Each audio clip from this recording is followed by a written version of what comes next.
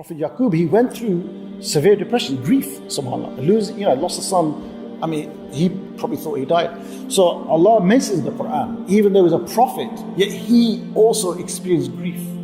He was a prophet. He's a human being. And it's a lesson for us. And then subhanAllah, when we come to the final messenger of Allah, sallallahu alaihi wasallam, Muhammad sallallahu alaihi wasallam, he is concerned for the ummah. There's a level we can't understand.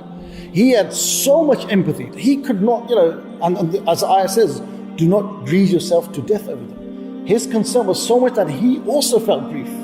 Strange is the affair of the believer, that when something good happens, he or she says Alhamdulillah, and when something bad happens, we say Alhamdulillah.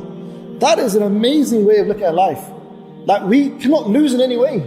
Whatever happens, we say Alhamdulillah. When Allah wills good for someone, He afflicts him with trials and tests. We're always going to be tested. In the Dawah, we get questions, and I get DMs, right? And most of the DMs, I'll be honest, say, I'm going through a severe test. I'm going through a problem, brother. I'm going through this. And the tone is very worrisome. It's very end of the world. And the way I start my advice is, by the way, congratulations, bro. Congratulations, sister. They go, hold on. I've come to you with a stressful situation. I'm crying here. I'm sad. You're saying congratulations. I said, because you've been chosen by Allah. You've been chosen. Allah is putting you through a test. This is the best days. You should be happy. You should be proud. So it's when you're not tested, you should be worried. Everything's cushy, work, job, family life, no stress. Alhamdulillah, you should be worrying. Why? What's going on? Has Allah forgotten me? Yeah, that's the way we look at it. Subhanallah. Alhamdulillah for Islam, right? Only in the remembrance of Allah do hearts find peace. It's a very powerful ayah.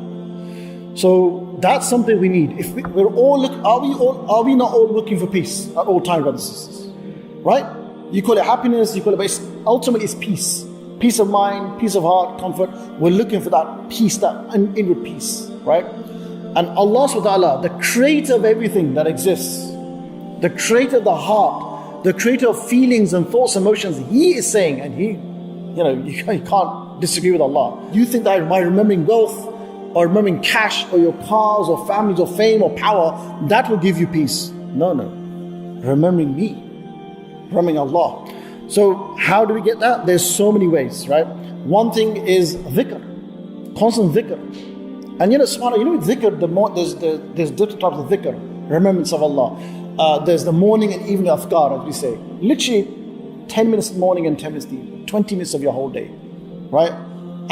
You feel good because you're remembering Allah's name, you're mentioning Allah, and it stirs your body and your soul. And there's also tafakkur, which is thinking deeply about things. Yeah?